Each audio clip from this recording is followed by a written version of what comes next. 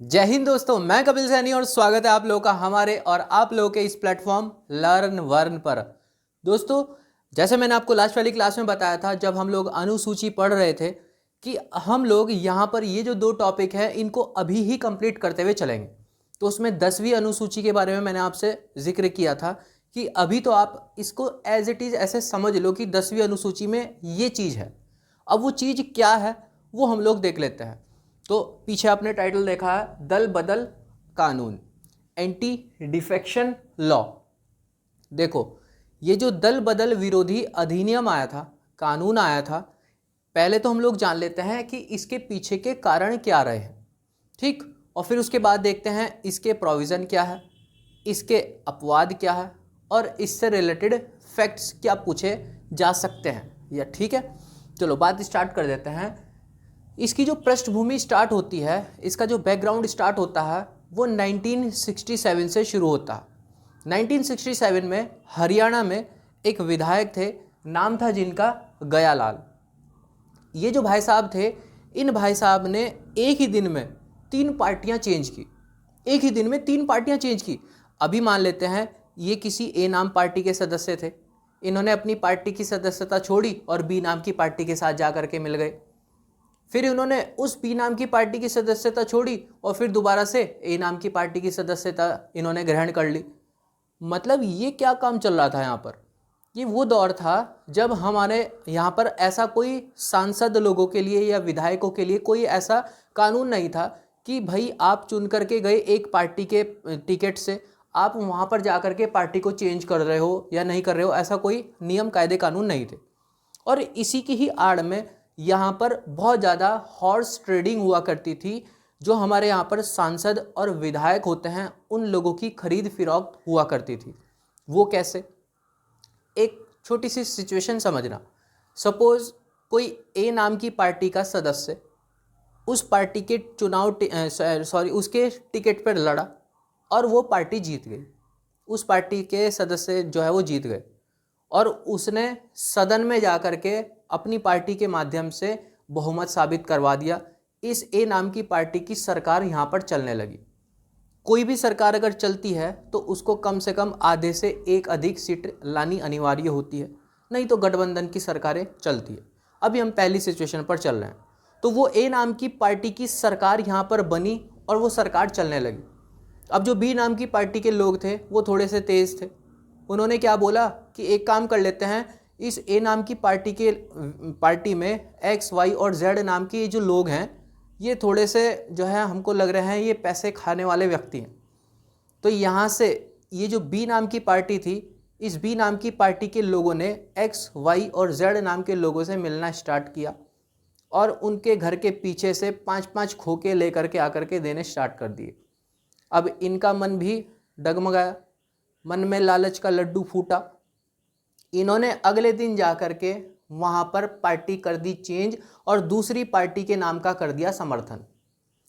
ऐसे यहाँ पर पार्टियां चेंज होने लगी और जो सदन के अंदर अभी एक पार्टी चली आ रही थी अब उसका बहुमत कम हो गया, दूसरी पार्टी का बहुमत गया बढ़। तो दूसरी पार्टी ने यहाँ पर अब अपनी सरकार गठित कर दी, अपना सरकार यहाँ पर चलानी स्टार्ट कर दी।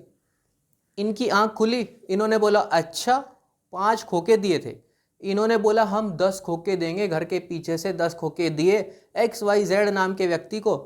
उन्होंने एक्स वाई जेड नाम के व्यक्ति ने जो बी नाम की पार्टी से पहले पैसा लिया था 5 खोखे, उन्होंने कहा भाई मैडम ने हमको बहुत मारा, एक काम कर लेते हैं अपने पैसे अपने पास रख लो, हम ये काम नहीं कर सकते हैं।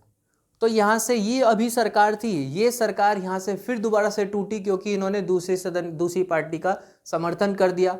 ये खरीद फिरौक, इसको हॉर्स ट्रेडिंग बोलते हैं। ये स्थिति यहाँ पर जो है जन्म लेने लगी थी। ये वो दौर था जब कांग्रेस की केंद्र में सरकार और राज्यों के अंदर भी सरकार होती थी, लेकिन इस हॉर्स ट्रेडिंग के चलते राज्यों के लगभग 7 राज्यों में गैर कांग्रेसी सरकार का गठन हुआ। 1967 में जब गयालाल ने इस प्रकार से पार्टी चेंज करने वाला इस सिस्टम स्टार्ट किया तो उसी की देखी देख और लोगों ने भी इस सिस्टम को स्टार्ट करना शुरू कर दिया और तभी से ही इस चीज़ को आयाराम और गयाराम के नाम से जाना जाने लगा। जब दल बदल विरोधी अधिनियम कानून के बारे में बात करते हैं तो ये आयाराम और गयाराम ये शब्द पर बड़ा ध्यान रखना। ये आया राम मतलब पार्टी में आया और गया राम मतलब पार्टी से गया।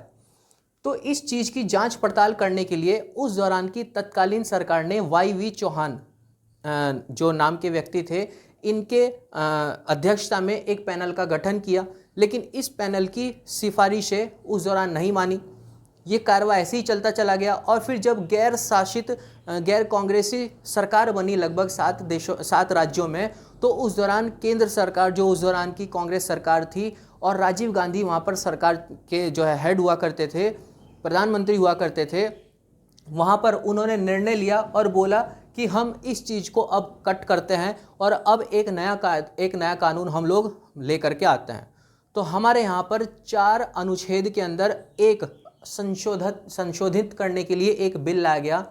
अनुच्छेद नंबर 101, अनुच्छेद नंबर 102, अनुच्छेद नंबर 190 और अनुच्छेद नंबर 191। इन 4 अनुच्छेद के अंदर अमेंडमेंट करने के लिए, संशोधित करने के लिए एक 52वां संविधान संशोधन विधेयक लाया गया 1985 में, और इसी संशोधित विधेयक के माध्यम से हमारे यहाँ पर 10वीं अनुसूची जोड़ी गई। उस 10वीं अनुसूची में इस एंटी डिफेक्शन लॉ से रिलेटेड प्रावधान या प्रोविज़न किए। और ध्यान रखना, संशोधन हम लोगों ने किया 4 अनुच्छेद में, लेकिन ये जो अनुसूची हम लोगों ने बनाई, इस अनुसूची में केवल और केवल 2 आर्टिकल का संबंध रखा। अनुच्छेद 102 का क्लोज नंबर 2 और अनुच्छेद 191 का 191 का क्लोज नंबर 2। ये जो अनुसूची है, इसमें केवल इन्हीं 2 आर्टिकल को बेस बना करके इस अनुसूची के प्रावधान बनाए गए। लेकिन ये जो अधिनियम लाया गया था, ये चार हमारे यहाँ अनुच्छेद को संशोधित करने के लिए ये अधिनियम लाया गया था। तो ये तो था इसका एक बैकग्राउंड। जब ये अधिनियम आ गया, ये बिल आ गया, संविधान के अंदर हम लोगों ने संशोधन कर दिया।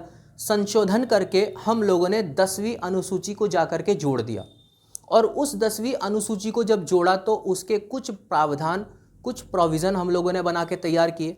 तो इन प्रोविज़नों में हम लोगों ने स्पष्ट से क्लियर कट किया कि ये जो 10वीं अनुसूची है, ये सिर्फ और सिर्फ सांसद और विधायकों पर ही एप्लीकेबल होगी।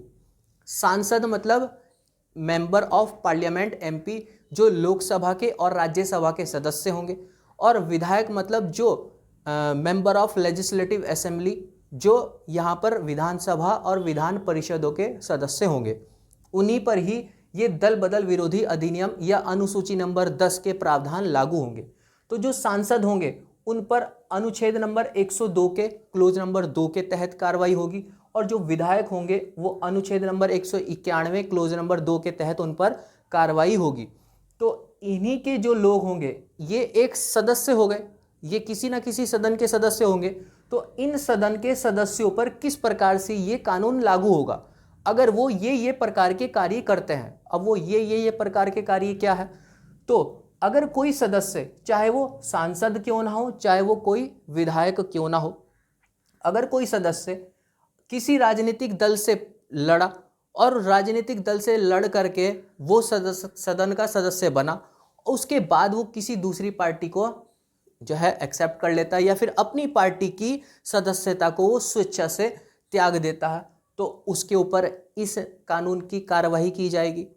दूसरी बात, अगर कोई पार्टी अपने सदस्यों के लिए कोई विहिप जारी करती है, यहाँ विहिप कहने का मतलब पार्टी के दिशा निर्देश, किसी पार्टी ने अपने सदस्यों के लिए कोई दिशा निर्देश जारी किए कि कल को उस प्रस्ताव के ऊपर हम लोगों को वोटिंग करनी है, और अगर वोटिंग करनी है तो आपको सबको इस प्रस्ताव के हक में वोटिंग करनी है, लेकिन किसी ने जाकर के उसके एंटी काम करना स्टार्ट कर दिया, तो इस अधिनियम के तहत उस व्यक्ति के ऊपर, उस सदस्य के ऊपर कार्रवाई की जाएगी। तो पार्टी की जो दिशा निर्देश हैं उनका अगर पालन नहीं किया जाएगा, या वो अपनी मन से मतदान करने के लिए बुलाया लेकिन मतदान करने के लिए वो नहीं आया, इस प्रकार के अगर करता है कोई सदस्य, तो उसको 15 दिन के अंदर अंदर उस संबंधित पार्टी से यहाँ पर माफ़ी मांगनी होगी, और उसके साथ साथ उस 15 दिन के अंदर अंदर ही उस संबंधित पार्टी की, जो संबंधित पार्टी है, वो संबंधित पार्टी उस व्यक्ति को माफ़ी दे भी दे, तो उसके ऊपर ये नियम कायदे कानून लागू नहीं होंगे। अगर 15 दिन की ये जो मियाद है ये पूरी हो जाती है तो उसकी सदन से सदस्यता रद्द कर दी जाएगी। एक तीसरी चीज और, हमारे यहाँ पर कुछ होते हैं मनोनीत सदस्य जिनको केंद्र में राष्ट्रपति महोदय और राज्य में राज्यपाल महोदय मनोनीत करते हैं। वो बात हम लोग आगे जाकर के करेंगे कि किस किस व्यक्ति को मनोनीत किया जाता है।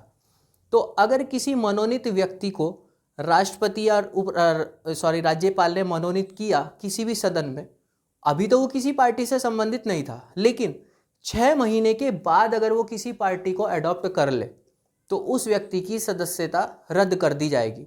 यहाँ एक बात बड़ी ध्यान से सुनना, 6 महीने के बाद की प्रोसेस है, लेकिन 6 महीने से पहले वो किसी भी पार्टी की सदस्यता ले सकता है। ये यहाँ पर इसका एक लीक पॉइंट है। ठीक है, क्लियर।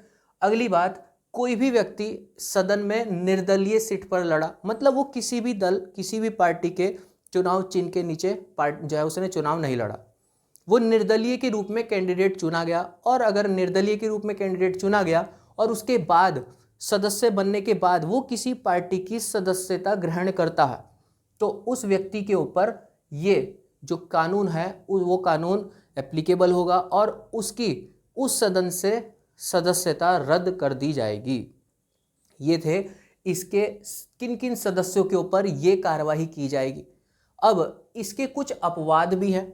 अपवाद में ये अगर पूरा का पूरा कोई संपूर्ण दल, राजनीतिक दल के सदस्य सभी के सभी किसी दूसरी पार्टी के सदस्यों के साथ जाकर के मिल जाए, कोई एक नहीं, दो नहीं, तीन नहीं, चार नहीं, पूरी की पूरी पार्टी ही दूसरी पार्टी में जाकर के मर्ज हो जाए तो उसके ऊपर ये लागू नहीं होगा।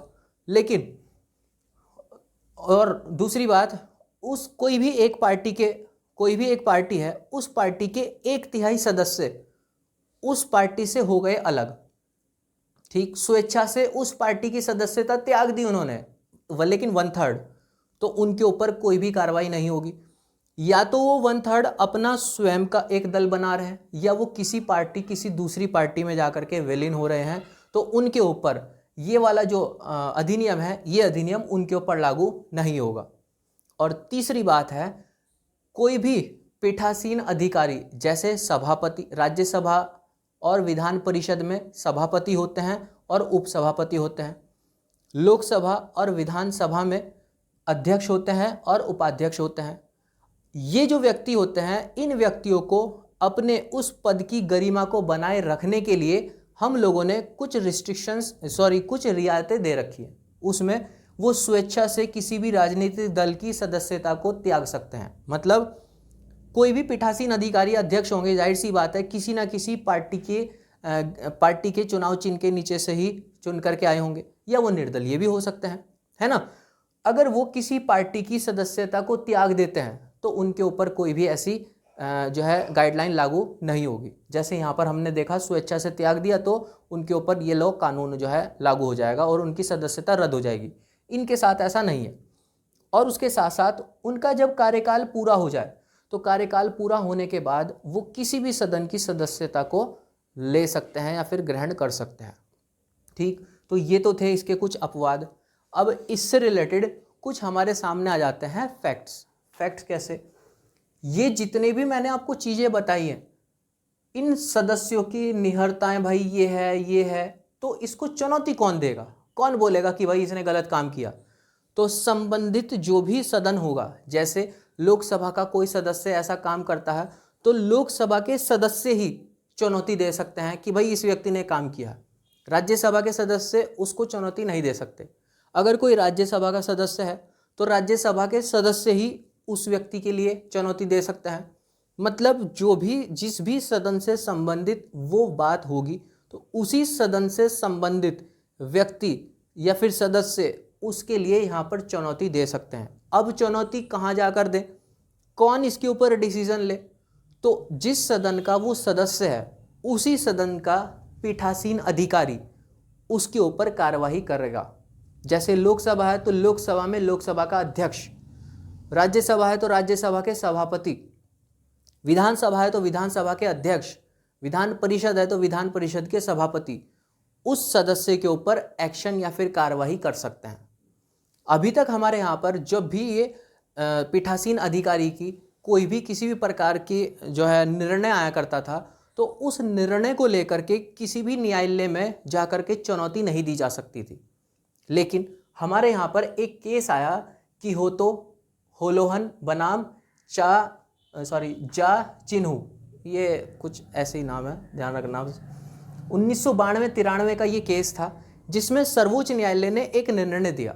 सर्वोच्च न्यायालय ने कहा कि जब भी कोई पीठासीन अधिकारी इस प्रकार की कार्यवाही को कर रहा होगा तो कार्यवाही के दौरान सर्वोच्च न्यायालय में कोई भी चुनौती नहीं दी जा सकती जब तक उसका कोई निर्णय ना आया हो। दूसरी बात, जब उसका निर्णय आ गया हो तो निर्णय आने के बाद सर्वोच्च न्यायालय में चुनौती दी जा सकती है, जो पहले नहीं था। क्योंकि इसी केस में सर्वोच्च न्यायालय ने कहा कि इस अनुसूची का जो पैरा नंबर 7 है, उस पैरे नंबर 7 को हम गैर संवैधानिक घोषित करते हैं। ये यहाँ पर गैर संवैधानिक है, यहाँ पर ये एप्लीकेबल नहीं है, क्योंकि ये यहाँ पर जो पीठासीन अधिकारी है उसकी अधिकारिता को प्रदर्शित करता है। वो किसी ना किसी पार्टी से संबंधित है तो वो पार्टी की विचारधारा में रह करके निर्णय ले सकता है। तो यहाँ पर ये जो अभी तक भारत के अंदर ये अध्यक्ष या फिर पीठासीन अधिकारी थे, उसके निर्णय को किसी भी न्यायालय में चुनौती नहीं दी जा सकती थी, लेकिन 1993 के बाद से उसके निर्णय को चुनौती दी जा सकती है। ये बात ध्यान रखना आप लोग, ठीक है? ये बात क्लियर। अब मैं ना इसको यहाँ से थोड़ा सा मिटा देता हूँ, क्योंकि इसके बाद हमारे पास कुछ और छोटे से फैक्ट बच जाते हैं, ठीक है? मैं इसको यहाँ से मिटा देता हूँ। तो देख लेते हैं। अब मैंने अभी ये जो अपवाद वाला सेक्शन था, केवल यही वाला सेक्शन इसको रफ किया, क्योंकि एक दो ही पॉइंट हमारे पास थे। तो इन तथ्यों वाली सीरीज में हमारे पास कई बारी अगर क्वेश्चन बन जाए, मैंने देखो 2 कमेटियों के बारे में आपसे जिक्र कर चुका हूँ। 2 कमेटी इससे रिलेटेड है। एक तो YV चौहान वाला पैनल और दूसरा दिनेश गोस्वामी कमेटी। ये जो दिनेश गोस्वामी कमेटी थी, 1990 में इस कमेटी की रिपोर्ट आई और इस कमेटी की रिपोर्ट में ये कहा गया कि जो केंद्र सरकार है, जो केंद्र के जो सांसद मेंबर ऑफ पार्लियामेंट है, मेंबर ऑफ पार्लियामेंट के ऊपर निर्णय देने का जो काम है वो भारत के राष्ट्रपति को करना चाहिए और भारत का राष्ट्रपति निर्वाचन आयोग की सलाह पर काम करे, उसको जो है डिसीजन दे। जो डिसीजन अभी यहाँ पर केंद्र के अंदर लोकसभा में लोकसभा अध्यक्ष और राज्यसभा में राज्यसभा सभापति करते हैं, उन्होंने बोला केंद्र से संबंधित लोकसभा और राज्यसभा के जो भी मेंबर हैं, अगर वो ऐसे कृतज्ञ में पाए जाते हैं तो उनके ऊपर कार्रवाई करने का अधिकार राष्ट्रपति महोदय को हो। ऐसे ही राज्य के अंदर विधानसभा और विधान परिषद के जो भी सदस्य हों, उनके ऊपर कार्रवाई करने का अधिकार राज्यपाल को हो और राज्यपाल भी निर्वाचन आयोग की सलाह पर कार्य करे। ये इन्होंने इस कमेटी में कहा, लेकिन अभी तक इस कमेटी की रिपोर्ट को, रिकमेंडेशन को लागू नहीं किया गया। दूसरी बात, इन्होंने बोला कि यहाँ पर जो पार्टी की विचारधारा को फॉलो नहीं कर रहा है, इस प्रकार से व्हीप जो है नहीं मान रहा है, उसके ऊपर भी लागू किया जा रहा है। तो ये बैकग्राउंड हटना चाहिए। यहाँ पर हमेशा ये वाला जो प्रस्ताव है, इसके ऊपर कार्रवाई तभी की जानी चाहिए जब भी पार्टी सरकार हटाने के तौर पे हो। सरकार को हटाया जा रहा है, मतलब विश्वास प्रस्ताव लाया जा रहा है या फिर गैर विश्वास प्रस्ताव लाया जा रहा है, उसी दौरान इस विधेयक को लागू किया जाना चाहिए, जो यहाँ पर प्रत्येक किसी इंडिविजुअल प्रस्ताव के ऊपर भी सदस्यता जो है व्यक्ति की जा सकती है इस अधिनियम के तहत। तो ये जो सिफारिशें हैं, ये और बहुत अच्छी सिफारिशें हैं हमारी राजनीति को और ज़्यादा बहुत ज़बरदस्त तरीके से स्ट्रॉन्ग करने के लिए। बट ये वाला जो कमेटी की रिकमेंडेशन है, ये अभी तक लागू नहीं हुई। एक लास्ट पॉइंट और है इसमें, अभी तक हमारे यहाँ पर एक ही संविधान संशोधन हुआ है इस अधिनियम में, 91वां संविधान संशोधन 2003 में, ठीक इसी में ही अब तक एक बार हमारे यहाँ संशोधन हुआ है, ठीक है। तो ये थे इस दल बदल विरोधी अधिनियम कानून की थोड़ी सी विशेषताएं, जिसका संबंध हमारी अनुसूची नंबर 10 से है। सीधा जितनी मैंने आपको बात बताई, ये सब आप लोग नोट करते रहना, बहुत इंपॉर्टेंट है, बहुत इंपॉर्टेंट जिसको बोल सकते हैं, और इससे बाहर कुछ मिलेगा भी नहीं आपको, ठीक है। इससे रिलेटेड मैंने टेस्ट सीरीज क्रिएट की है, आप जाकर के टेस्ट सीरीज ज्वाइन कर सकते हैं, ठीक है। टेस्ट सीरीज का लेवल ज़बरदस्त वाला है, पहले क्लास करना, उसके बाद ही टेस्ट करना, उसके बाद फिर आपको कुछ पढ़ने की आवश्यकता नहीं है। इस तरीके से ज़बरदस्त तरीके से वो टेस्ट सीरीज डिज़ाइन की गई है। ठीक है, चलो फिर आप लोगों से अगली वाली क्लास में मिलते हैं। तब तक के लिए बहुत बहुत धन्यवाद। जय हिंद।